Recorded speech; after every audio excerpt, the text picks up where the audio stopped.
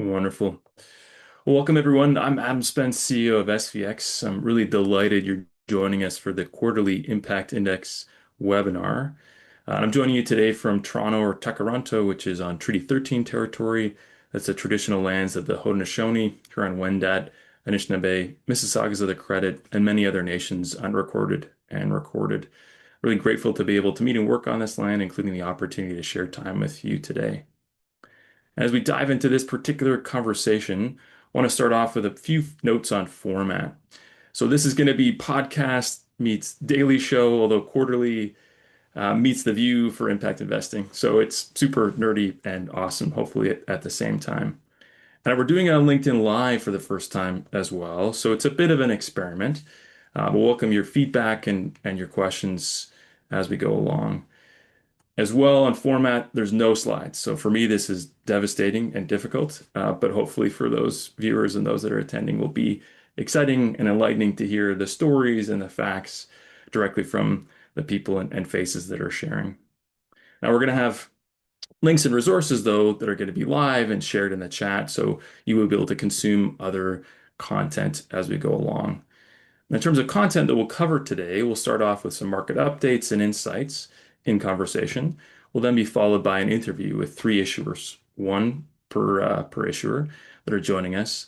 And then we'll open things up for a conversation, a group discussion that includes the audience. So certainly think about questions that you want to ask. And all this will be done in 60 minutes or less. And on the housekeeping side of things, before we begin, let's just run through some key housekeeping items. So if you have any questions or comments, please put them in the chat. We'll be able to collect those along the way and make sure we bring those back for the discussion at the end. In addition, if you need technical support, have any challenges with your access or issues with getting sound, etc., please put that in the chat as well. Our team is here to help you along the way. We just ask folks that would, if they're participating, they'd stay on mute during this session. But again, if you have a question at the end, we may ask you to come off mute to share with us. So that's a bit of the housekeeping and what we'll cover today. And so let's dive right in. And I'm really excited. We're super fortunate today to be joined by Lars Bogold from Realize Capital Partners to talk through the trends in the market. Want to look back at the past quarter as well as the last year as a whole, and in 10 minutes or less, look forward to 2026. So it's a lot of content to be able to cover, but I think exciting to be able to do so. And for reference, you can find the last quarterly market digest for the Impact Index in the chat. We'll pop that in the chat for you so you can take a look at that. And as always, I'm sure everybody here, you can get your weekly Lars fix on LinkedIn as well. Lots of resources. And that's one of the reasons he's joining us today, given his view on the market. So let's dive right into the chat and give a big welcome in emoticon format to Lars. So big welcome to you. Thanks so much for joining us. Thanks, And Adam. let's start right off. And so for you, as you capture and understand what's happening in jobs and news and events, what would you say were the biggest news stories of the last quarter and the last year? Yeah, thanks, Adam.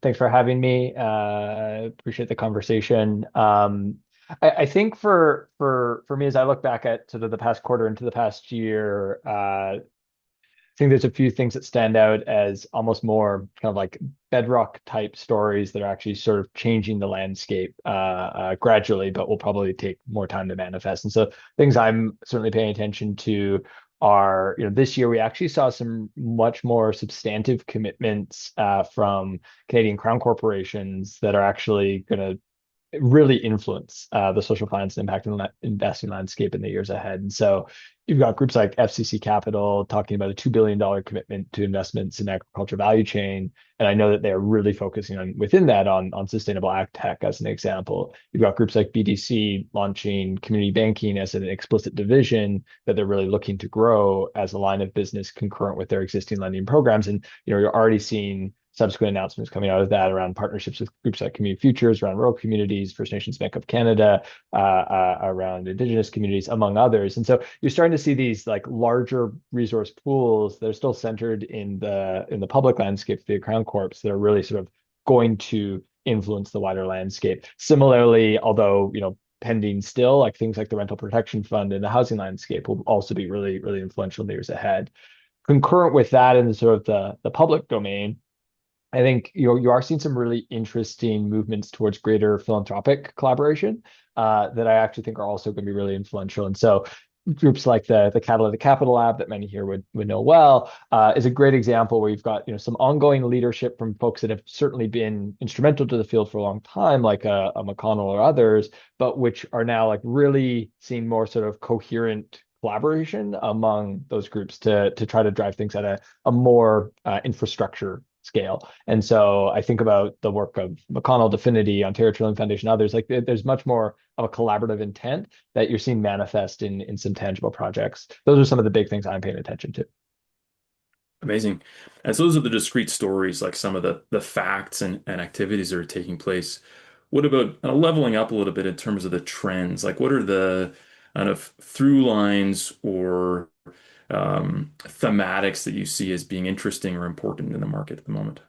Yeah, there's sort of two that I'd call out. Like one thing that I think I'm seeing certainly is there's like a deepening of networks among the fund manager community that is really interesting in terms of knowledge transfer, capacity building, deeper insight, and frankly, like more on-ramps for those that might not have the same depth of institutional experience. And so you pattern recognize when you look at a launch of a group like a Civic Network around impactful venture capital. More recently, the Table for Impact Investing Practitioners and their Knowledge Exchange program, things like the BKR Launch Readiness program. Like you can continue to pattern recognize that more sort of attention is being paid to how capacity can be built at a peer level among fund managers and really create a bit more of that knowledge transfer. So I think that's really promising for the years ahead, but something really interesting. I think the other thing that's certainly a trend I'm observing, and it certainly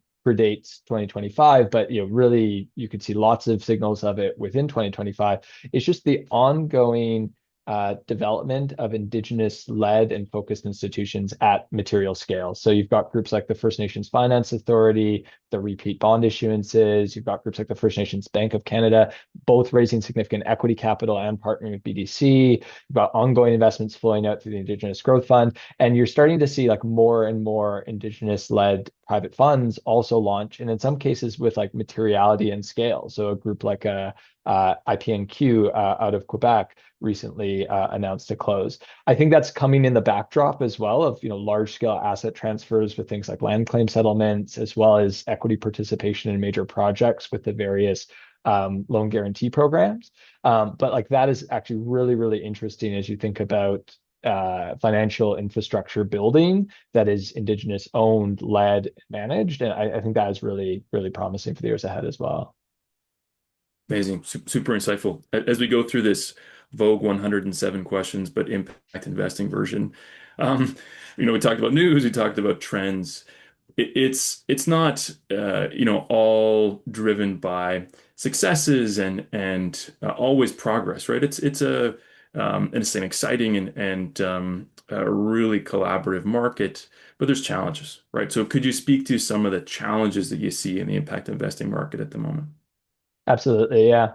Yeah. And in some ways, I think a lot of these are sort of double-edged in that there's definitely challenges today and like maybe there's sort of signs of hope, right? And I think things that I would think about, and I would almost it's Christmas time, we could, or holiday time, we certainly describe this as a wish list for the sector a little bit. Like I definitely think about challenges around just distribution and investor access. Like fundamentally it is still very much of a pattern of like one-to-one relationship building, fundraising outreach, et cetera. I really question like the challenges of accessing more mainstream distribution channels in the financial services industry, wealth management firms, banks, or others, and wondering whether or not there will be sort of breakthrough moments where conventional impact or impact investing products can access these more conventional channels, because to date they don't. Like they're so far away from that, and so I think that challenge around distribution cascades into this wider challenge we've certainly seen where the depth of investor participation isn't really equivalent to the depth of ambition that we see from many, many fund managers and practitioners in the industry today. So it's still a really difficult time to fundraise.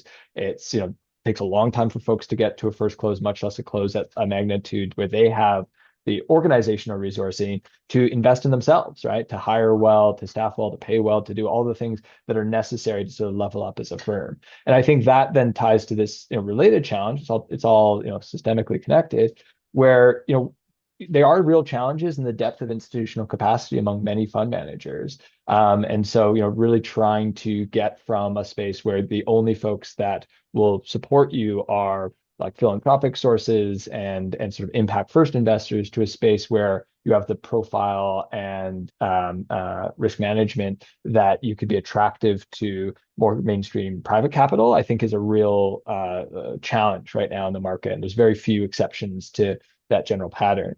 I think that the final thing I'll say is, I think there's going to be this ongoing tension, and I'm not sure. I don't posit specific solutions around the tensions between the like small is beautiful and economies of scale and size. And I think one thing I've certainly seen, and I think many, and I know Adam, you've been like a keen observer of this, is the opportunities in the context of the economic sovereignty discussion to think about how do we create community level resilience and sort of anchored and rooted economic activity. But to date, I think a lot of the policy response has still relied very much on sort of larger scale, generally top down type mechanisms to think about how we sort of shore that up. And so I think there's a real, like small versus large sort of tension and challenge. And like a lot of policy response in being top down has been a bit more muted in its support for more what I would call decentralized economic leadership. And I think, like, frankly, that's part of why there had been such excitement before for, I think about examples like employee ownership and the degree to which that seemed like a quite universal interest from most. And at the same time, like, we see this big budget announcement in this moment, and it sort of was like, yeah, we'll keep doing what we're doing, and we'll maybe revisit the pilot. And it's like, okay, like surely this was a moment in which that would have made so much sense, and there was no opposition to doing something more ambitious there, right? And so I think like that I find really challenging, for sure, in the context of the market.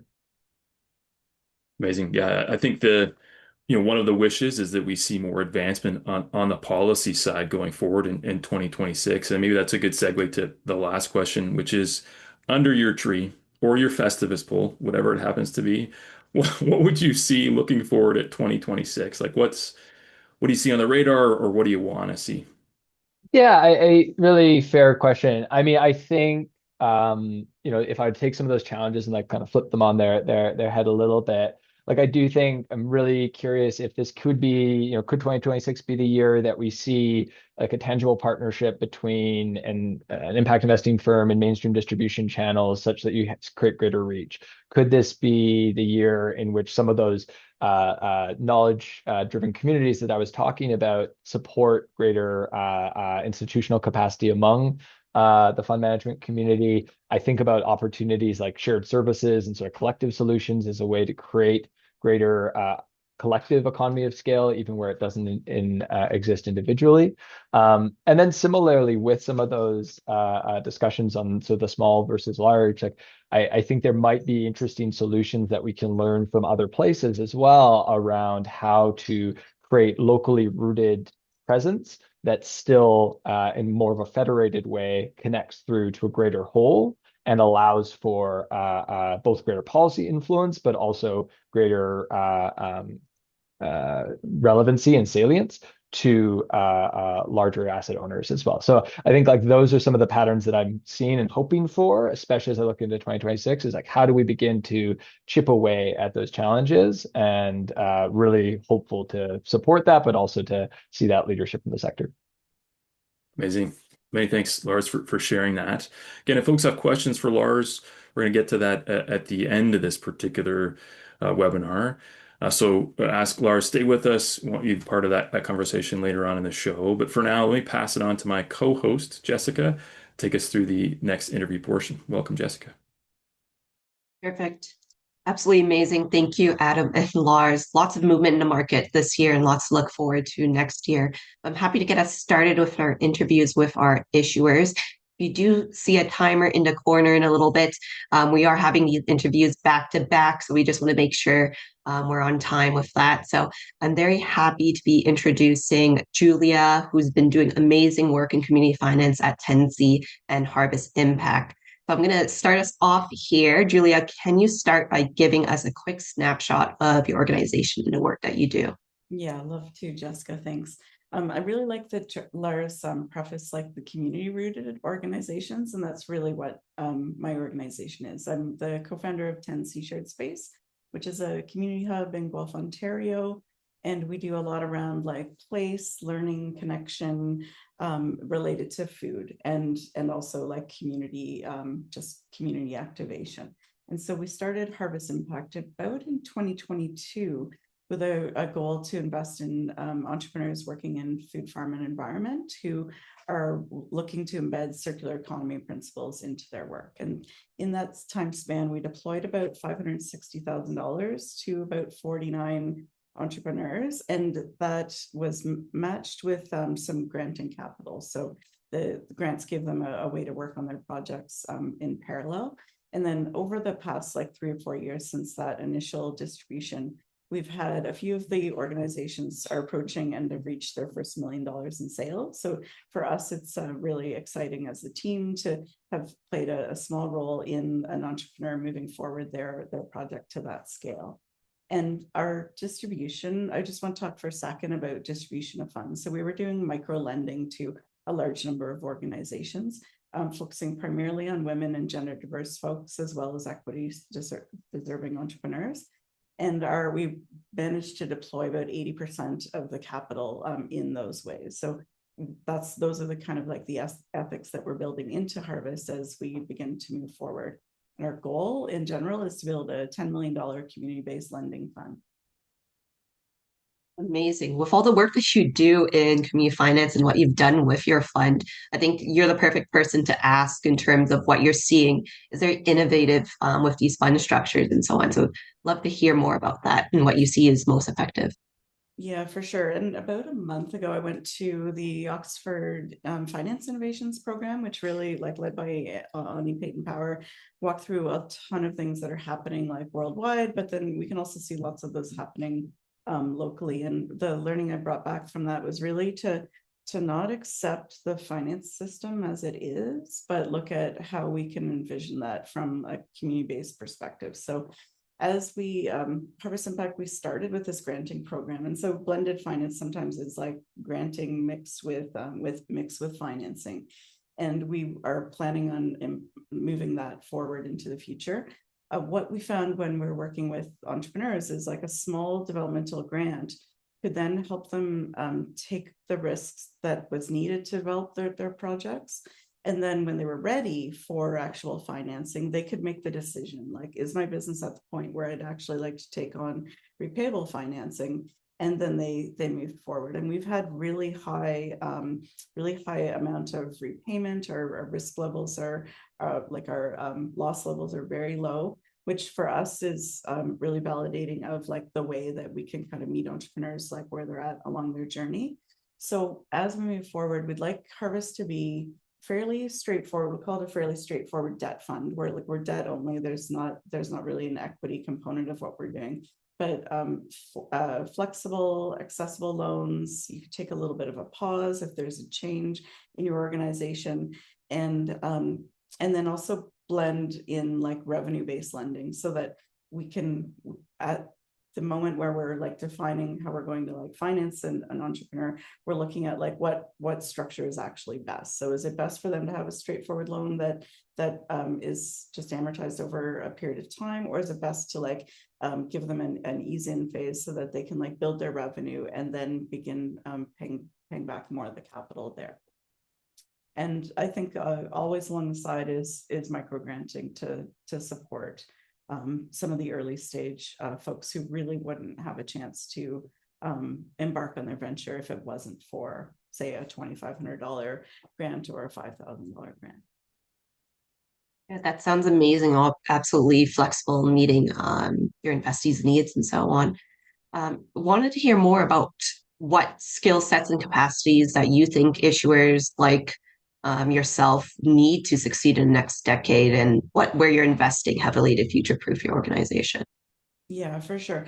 So I see this, and I've always seen this within Harvest as being, like, let's say within the context of 10C, we do a ton of community-based relational work. So I think that my end answer is going to be relational is like number one key. And I also believe that the team members can be kind of like taught how like lending and working with entrepreneurs works. But ideally, we have like team members with a mix of like relational, financial, data, and entrepreneurial skills. And because we're not just investing financial capital and then walking away, we're actually working with the entrepreneurs like alongside them. So when we can offer like training or help or connection to other expertise like that, I really see as part of our role. So having people who can see the big picture and then know what their investees need at the moment and match them is really based on the relationships that they have, because they have trusted relationships with the organizations. And then I also think that because we're bringing together like both investors and entrepreneurs, and we're moving forward like sometimes really exciting projects and sometimes really challenging projects, we need to build this shared sense of like community, really achieving strong community outcomes, and then also shared risk taking. And for some of that, we'll need like lots of things like data management, but also like the more creative aspects of storytelling, particularly around impact and shared impact. And at the end of the day, I'd say that relational skills are really number one. Sure, absolutely amazing in terms of having that place-based impact and so on. I'd love to end off with one more question before we move on to our next interview. If you could wave a magic wand and change one policy, rule, or market condition, what would it be? Yeah, for sure. Do I only get one magic wand? I think the main thing that we've been working on is impact guarantee. And so Lars talked about this one-to-one piece and that being a bit of a challenge in the sector. And there's a number of folks working on this many-to-many approach, and we're designing impact guarantee as a structure that can sit underneath the debt issuing social finance intermediaries. And because to build a small and or large community-based lending fund that doesn't have a ton of upside, there needs to be a little bit of like downside protection. And that impact guarantee moving forward with some other structures that can help share a little bit of the risk, but then also like accelerate some of the growth of more community lending organizations across Canada is the number one, is my magic wand that I'd want to wave. The design frame of that is going to be about $100 million guarantee that sits as a pool. So it is that many-to-many structure. And then that can support the growth of, say, 30 to 50 debt issuing social finance intermediaries. And for that helps like then put like more entities like Harvest Impact or lots of the other social finance lenders that are in play across the country. Well, amazing. Thank you so much. If you have any questions for Julia, please do put them in the chat. I do see a few coming out already, but again, we'll get to the Q&A session in a little bit. I'm going to pass it back to Adam for our next interview. Wonderful. Many thanks, Jessica. Many thanks, Julia. Looking forward to the conversation at the end. So one other piece as well, we'll put links in so you can learn more about the organizations that are participating in the conversation today. But with that, maybe I'll welcome Sid Embry, who is joining us today from Jaguar Legacy Fund. So big emoticon welcome to Sid as well. Thanks so much for joining us. So let's start right in here. And so if you could just give us a bit of a snapshot, an overview of your organization and the mission that's driving your work.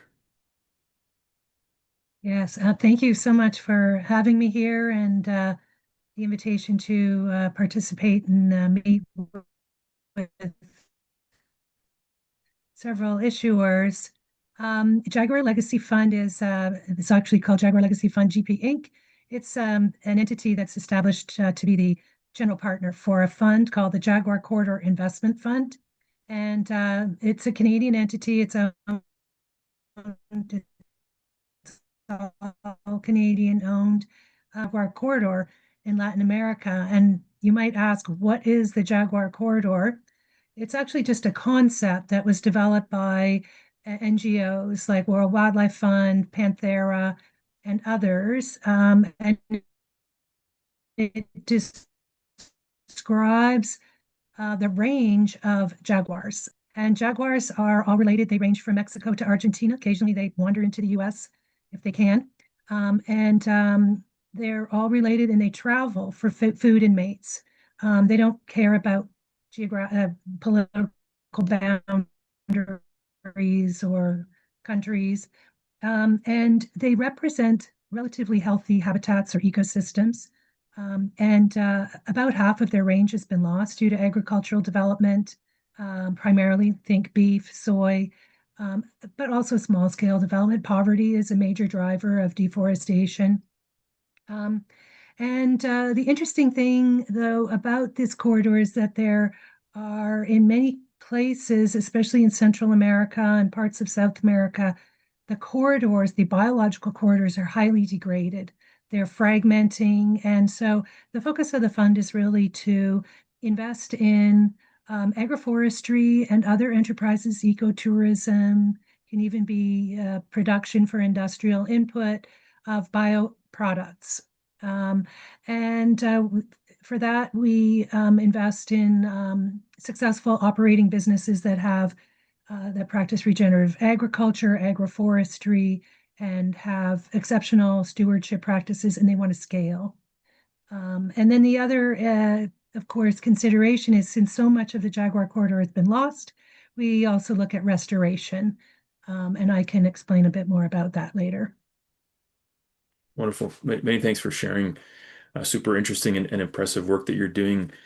There's obviously a lot of trends and factors, and Laura spoke to some of them. They're going to be different in terms of the work that you do. Could you talk a bit about what you see as some of the most significant market trends that are going to impact the landscape for impact investing, particularly your work, you think, over the next 3 to 5 years? Yes, I'd say one of the most important, I think, especially since we're, focused in the Americas, if you will, the change or the increased emphasis on defense spending, which, at least in the part of governments, is affecting the interest or the desire of governments to be focused on, conservation, if you will. And it doesn't necessarily have to be investment in conservation, but just general conservation practices. There are all kinds of instruments that are used to promote, if you will, conservation. I'll include in there climate mitigation, climate adaptation. Another impact measure we're focused on is gender. So I think this this movement towards more spending on defense is opening up an opportunity. And as Lars was talking about the two-sided coin or the double-edged sword, the whole area of impact investing has just blossomed. I first looked at it in 2011 in the context of a financial product I was developing. Impact investing wasn't suitable for that product, but I learned a lot and it became clear how important this is.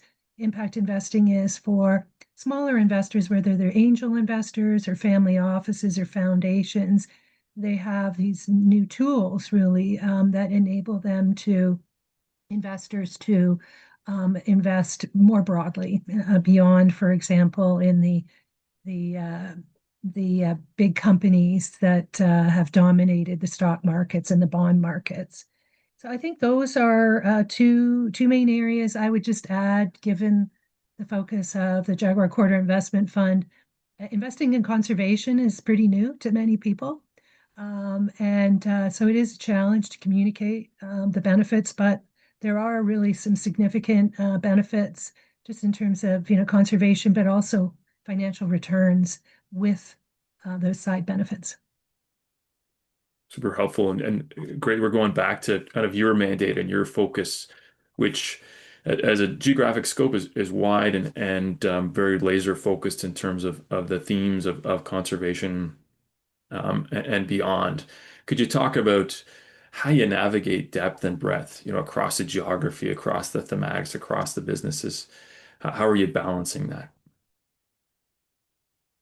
That's a really good question. And I would say with the design of the fund, we are trying to do both because uh, it, really breadth and depth require different approaches. I would say in terms of breadth, we do like to have, this mix of investing in successful operating enterprises that are expanding stewardship. But at the same time, on the restoration side, this is where we are going deep into specific businesses that are restoring large areas of land through, planting native tree crop species, if you will. So they're, two different kind of animals, but we have to balance them because the restoration is more risky when you're planting large numbers of trees and other mixed native species versus working with established enterprises. So I'd say that's the sort of main area. The restoration is higher risk, but the rewards are look pretty interesting. Super helpful. And then as you think about what you're doing in order to advance your model, where are you investing most heavily, to future-proof your organization? Technology, measurement tools, partnerships, or something else entirely? Yes, I would say de-risking the restoration side. So for future investments, all of the projects, their businesses that the fund will invest in, have to comply with IFC performance standards, which are applied typically by multilateral banks in emerging markets. And that's a comprehensive approach. It's really widely appreciated by even private investors and so on.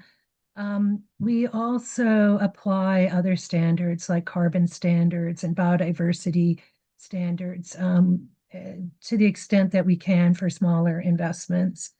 And then I guess those really they require digital monitoring, reporting, and verification.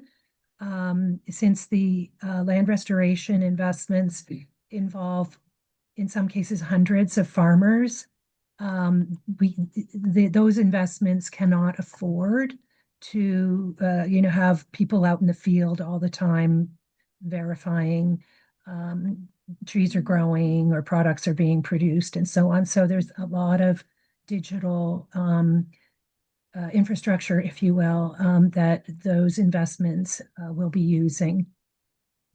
Super helpful. And maybe time for one very brief question, and that is the magic wand question. We asked it to Julia. We'll ask it to you as well. If you had one magic wand, very briefly, to change a policy rule or market condition, what would it be? I I was going to say depoliticization of climate. That whole, sector it's really a shame. It's become political. Even if one doesn't agree with historical emissions, then it's still the climate is changing. We need to do what we can, what we know.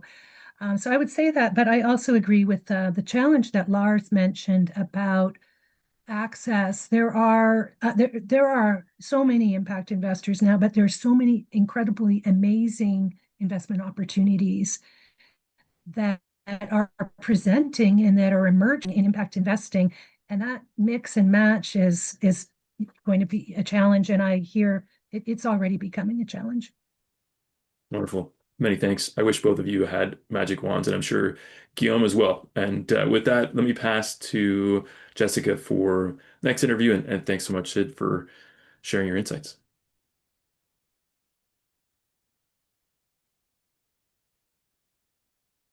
Perfect. Well, thank you so much, Adam and Sid. We're going into our last interview for the session before we open up to Q&A.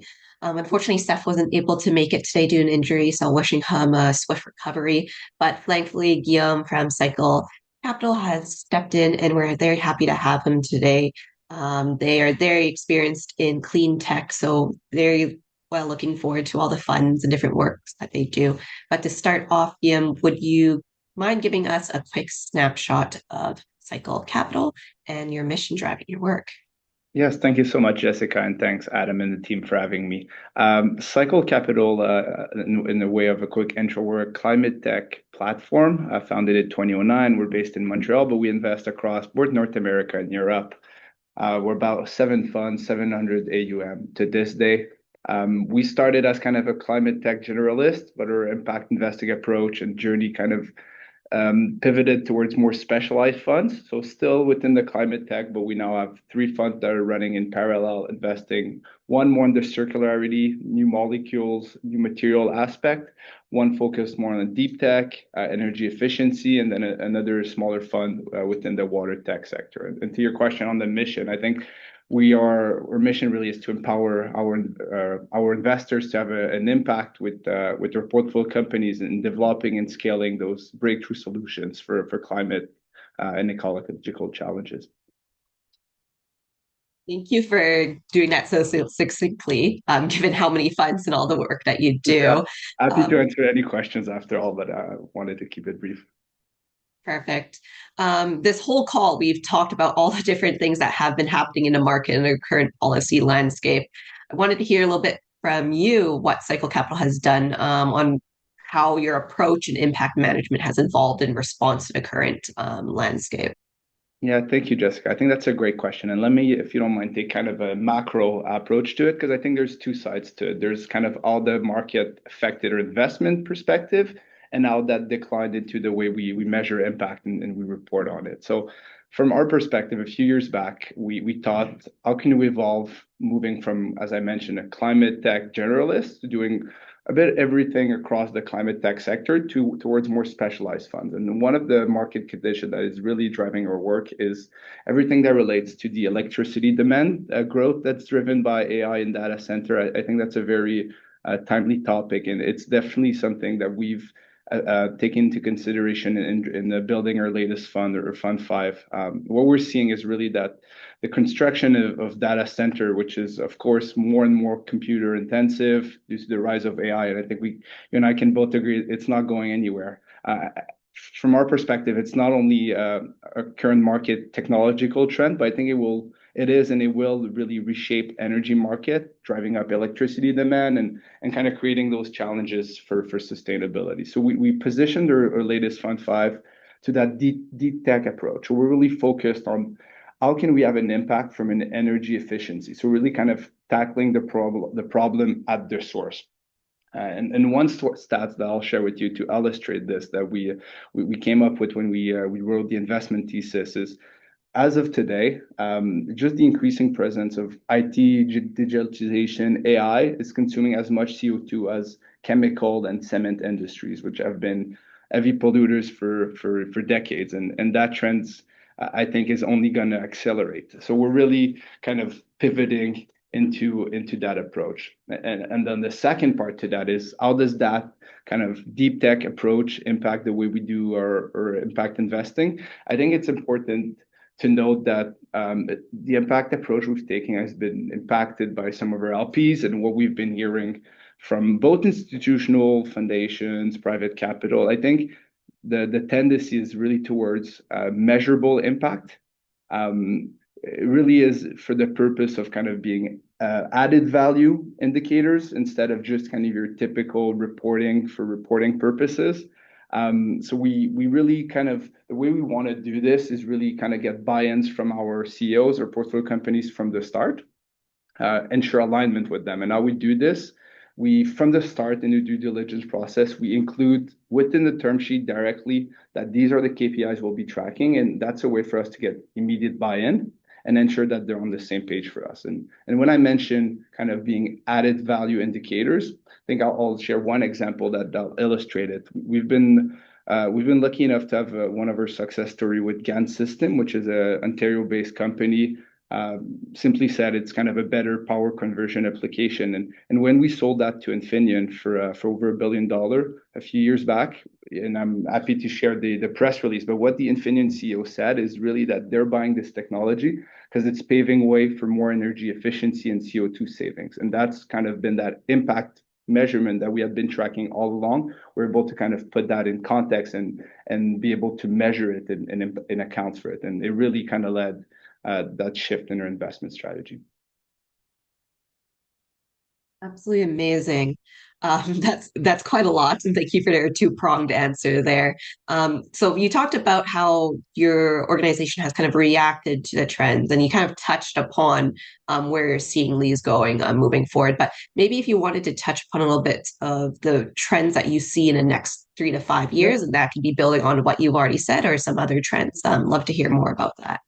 No, definitely. I think we're moving towards more and more of that measurable impact. One thing I'll say though, through discussions and kind of my visits across North America and Europe, the current context without going into all the details, but with Ukraine, the US, NATO, there's definitely kind of impacting the capital allocation that we're seeing. I'm sure some of the other panelists can speak to that, but definitely more and more going to defense and other industry, which might lead a bit less in the shorter term for climate tech, agricultural, or other high impact areas. And I think from an impact perspective, this kind of fragmented landscape we're seeing is also, I think, sadly impacting some of the great work that had been done for impact in terms of kind of ensuring that we had some consistent measurements across the world. I think this is also a bit changing with what we're seeing in the US. So I think it's an opportunity, and that's why I'm happy to be here. I think for SVX and others to kind of shape the future of impact investing. I really do think that this will lead to opportunities. For sure. I'm going to end us off with one more question that we've asked all our other interviewees, and love to hear from you. If you had a magic wand and could change one policy, rule, or market condition, what would it be? Yeah, I'll definitely bounce off Sid's answer on that. I think that depoliticization of climate is a big one for me.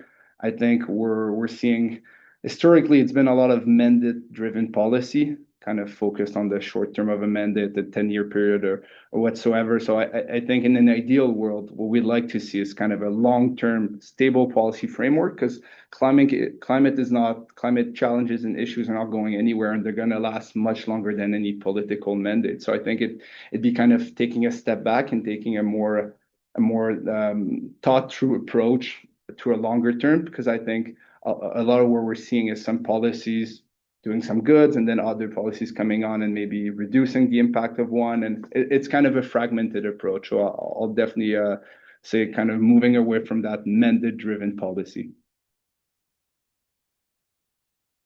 Sure. Thank you so much, Guillaume. If anyone has any questions, I am going to be opening up the question floor, but big round of applause to Guillaume and all of our interviewees for this session. So again, opening up the questions for either Guillaume, Julia, Sid, or Lars.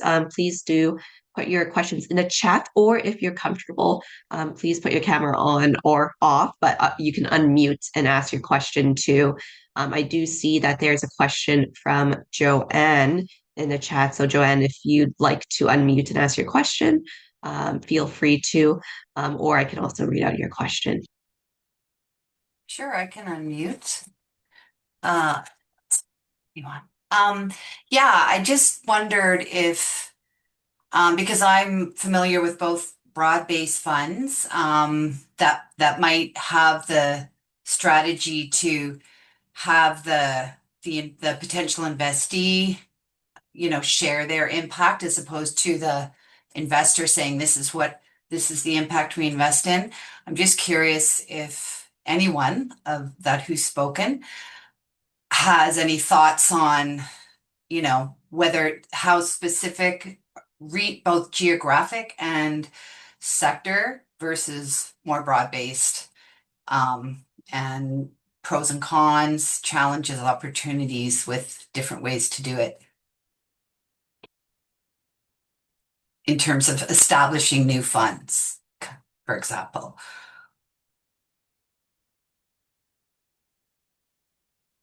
can take a stab there.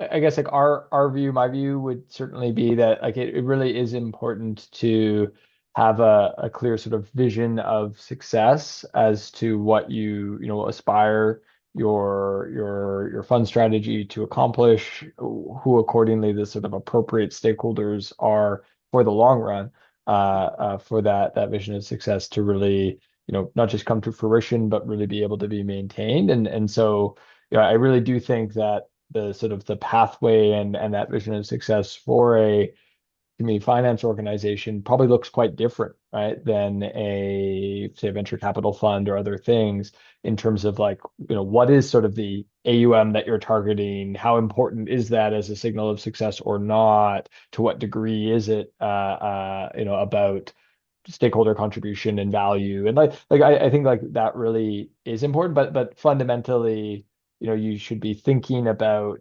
your investor audience as customers as well, and in that context, like thinking about how do you build something that is sufficiently valuable to a wide enough swath of customers that you can actually have something that's repeatable over time, and so that's not dependent on the whims of one or the trend of a moment. Mhm. Great, thanks. I guess one thing in the early days, deal flow can be a challenge if you're too specific or so I kind of was thinking with that lens, but thanks, Lars. Perfect. Thank you for the question, Joanne, and your answer, Lars. Does anyone else have any other response for that question? All right. Perfect. I see that there's a I question. might make a quick comment. Go ahead. Yes, thanks, Joanne, for your question.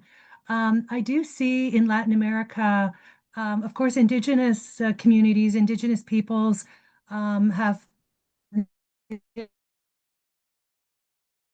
long stewarded and biodiversity in it.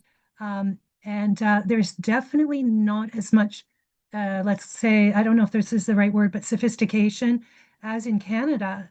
In Canada, indigenous communities, indigenous peoples have uh, First Nations have had a much more experience in moving into quote impact investing, if you will, and looking at different instruments and products. I see in Latin America a very different approach, much more looking for donor funds and no real obligations, if you will, no matter how limited those might be. And then even in some cases, there's where there are opportunities, say for cocoa production in the Ecuadorian Amazon, you might be, as an investor, competing with donor funds, which are, low cost or free. So there are some places where you can't even seriously look at investing. And that's separate, I would say, even just from our mindset that we have, which is that finance works in a certain way, in the West, where as indigenous communities, they don't necessarily look at things the same way. Julia mentioned this, and we need to be open to different approaches to invest. Perfect. Thank you, Thank you Sid. so much. Perfect. Thank you so much, Sid and Joanne. Sid, the next question in the chat is actually for you as well. Sarah, did you want to unmute and ask your question, or I'm happy to ask it for you as well? Sure. Thanks very much. Can you hear me? Yes. Okay, great. Thanks for this great webinar. Sid, I was wondering if you could please provide a bit more detail with regard to the use of digital technology to verify impact on the ground. If you're able to provide maybe a concrete example of what that looks like in practice, that'd be really great. Sure. The most useful technology is an emerging technology. If you're looking at like restoring nature, restoring biodiversity, it's something called eDNA. We all have DNA, and so do leaves and bird feathers and jaguar hairs, spit, poop, you name it. This is all measurable. So there are now services that, will take a sample. So usually it's a column or a tube of soil and send it to a lab, and they can tell you everything that's in there. So that's useful, especially for measuring changes over time. It's also expensive. For one potential investment we're looking at, they would say $70,000 a year, which is obviously very expensive, but it could be done perhaps every 5 years. And when you're looking at land restoration, that might be a reasonable time frame.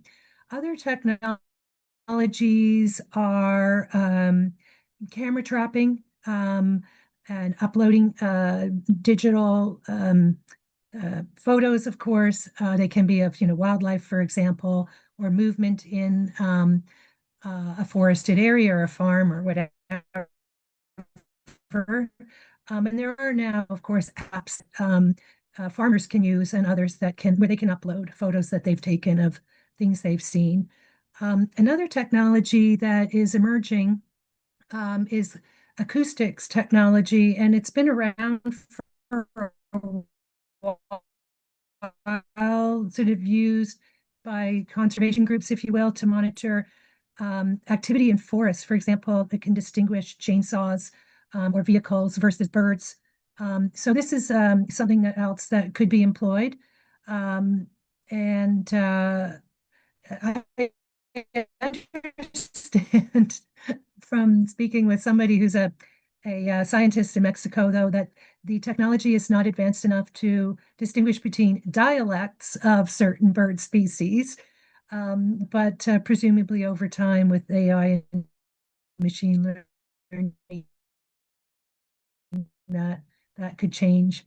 Of course, there are other sort of more conventional measures that one would track, and these can be automated, like precipitation, temperature, and other variables that are relevant to the growth of forests, if you will. Perfect. Thank you so much for your question, Sarah, and your answers, Sid. We have time for one more question, maybe two if we could squeeze it. But the next question is for Lars, but I do think this question is relevant to all of our speakers and guests here today as well. Duncan, did you want to unmute and ask your question? Sure. Hi, everybody. Thank you, SVX, for this. It's been great so far.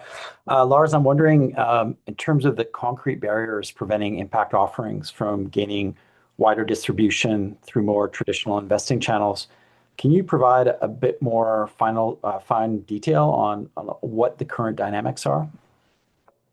Yeah, happy to speak to that. I'll try to be brief and maybe tie into I saw the question from Kelly as well, and there's some overlap there. I think that the pattern we've seen is there's real sort of called chicken and an egg challenge around scale and absorptive capacity with the inability to access these channels historically. I think in Canada in particular, this struggle is even a bit more challenging because, as no surprise to anyone, we have like a fairly oligopolistic financial services industry, right? We have very concentrated wealth management channels through the mainstream banks. There are independents, but there's not nearly as many larger independent wealth management groups as there is in the US relative to their banks. And so accordingly, those distribution channels are really looking at product where they can allocate very material amounts. Like you're talking about like literally like $500 million type targets for an individual product. The reality is that very few, almost none, impact product in Canada is at that scale. And so there's a really clear sort of intermediation gap and mismatch. At the same time, there are also challenges structurally in looking at more closed-ended products. So most of the work we do, and I know many of the partners in the call, is really oriented at the private markets for closed-ended vehicles like that. You're looking at something that is both too small and not sort of open for long enough that you could justify trying to bring it sort of on platform to offer to many, many, many clients. And so I think there's a real challenge there. And as a result, like it's not just the I don't mean to pick on the banks, but it's not just bank channel partners. It's like it's also investment consultants. It's others that like are fundamentally intermediaries towards more institutional pools of capital, that their incentives really push them towards very, very large incumbent firms. And as a result, like far away from most impact strategies. And so, you basically end up with this very limited universe of private market firms that access those channels in Canada. And it's, the big KKRs and the TPGs and these very, very large private equity platforms that might have an impact fund, but even then you question it, and it's certainly not connected to the kind of work that, I don't mean to pick on Julia, but like Julia or others would do, right? Like there's a really big disconnect there. I'll just tie into that second question on like, where has there seemed to be some more persistent appetite? I do think, thankfully, at least based on the conversations we have had, while there's definitely been like a tempering of this, and it's maybe not as progressive as it was, climate themes are still the one non-financial goal that has maintained strategic relevancy to every Canadian institutional investor, and that all still have strategies for. None of them have like truly gotten rid of their targets. They might be a bit more quiet about it, so green hushing or whatever you want to call it, but they aren't getting rid of it. I think the one thing that we were seeing as an interesting sort of evolution of that perhaps is that there has been greater prominence being paid to nature-based solutions, biodiversity as well, but I think in many ways as a bit of a parallel theme to how people are talking about climate. So like within a broader umbrella of climate, thinking about that as a tactical approach. So I think we've definitely seen some of that. Hope that answers the question. Perfect. Thank you so much, Lars. Does any of our other issuers have any comments on that? I don't believe we have enough time for other questions. If you're able to, Julia, Guillaume, Lars, or Sid, answer any of those in the chat. But do any of you have anything in addition to close us off with for this question? Perfect. Yeah, we'll try to answer your questions in chat. So sorry about that. I'll pass it over to Adam to close us off. Wonderful. Many thanks, Jessica. And thanks all for a really great conversation today. Before we close, just want to share a few highlights in terms of the things that we're working on, news and updates on the Impact Index. So we're collecting issuer data on market performance, financial, and impact. We'll pop a link in the chat about that. We just released our Impact Index Plus cohort, the GLI collection, managed product collection, and a new food systems collection. So we'll share a bit more about that as well. Also actively recruiting for our Fund Circle. It's a Gender Lens program for fund managers and Launchpad for entrepreneurs, women and non-binary entrepreneurs. We'll have a showcase coming up, a virtual one for the Impact Index, February 24th, 1 to 3 p.m. You have a chance to meet and connect with other peers and funds. A new resource we'll be sharing tomorrow. But bottom line, thanks to all the guests who joined us today, co-host Jessica, of course, Gabby, our producer, has just done a wonderful job of keeping us on time and on track and putting all this together. And thanks to all of you for joining us today. Hope you'll join us for the next session. I will look forward to connecting again in the new year. And until then, all the best for the rest of the year and happy holidays. Thanks, everyone.